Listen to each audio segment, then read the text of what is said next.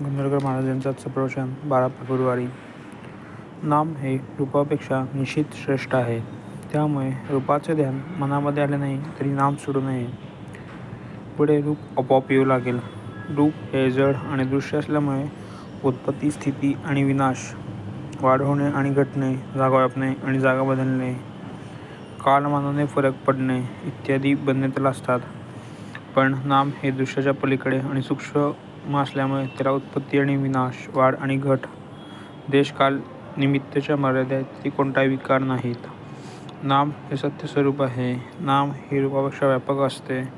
व्यापक वस्तूचे क्षेत्र मोठे असल्याने तिच्यामध्ये शक्ती देखील अधिक असते. ज्यामध्ये शक्ती जास्त असते ती वस्तू अधिक स्वतंत्र असते. जी वस्तू अधिक स्वतंत्र असते त्याला बंधने किंवा मर्यादा कमी असतात. म्हणून नाम हे रूपापेक्षा अधिक व्यापक, अधिक शक्तिमान, अधिक स्वतंत्र आणि अधिक बंधनकारक असते. आपली ज्ञानक्रिया कशी चालते ते पाहू. आपण एका टेकडीवर उभे राहून सृष्टी सौंदर्य पाहिले. त्या पाहण्यात कोणत्या कोणत्या क्रिया होतात पहा.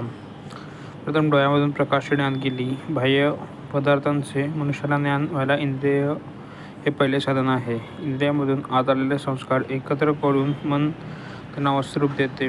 वस्तुस्वरूप तयार झाल्यावर बुद्धी सारासार विचार करून त्या वस्तूचे यथार्थ ज्ञान आपल्याला करून देते. पण मनुष्याच्या बुद्धीचा व्यापार इथेच थांबत नाही.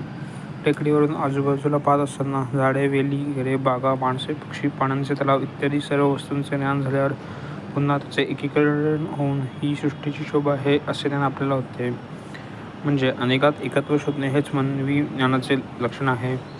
या जगामध्ये कितीतरी विचित्र आढळते. नाना तऱ्हेचे दगड, नाना तऱ्हेचे किडे, नाना प्रकारचे पक्षी, प्राणी या सर्वांची नावे जरी भिन्न असली तरी त्या सर्वांमध्ये असणेपणाचा गुण आहे. म्हणजे सजीव प्राणी झाला तरी तो आहे आणि निर्जीव वस्तू झाला तरी तीही आहे.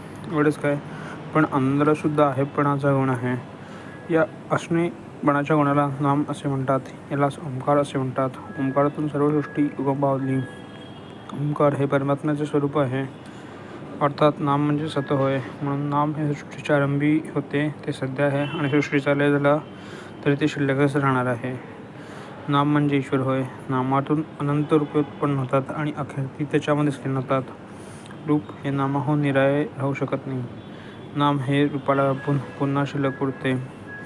नाम हे शाश्वत आहे. ते पूर्वी टिकले, आता आहे आणि आपल्या गेल्यावरही ते राहणार आहे. श्रीराम जय राम जय जय राम.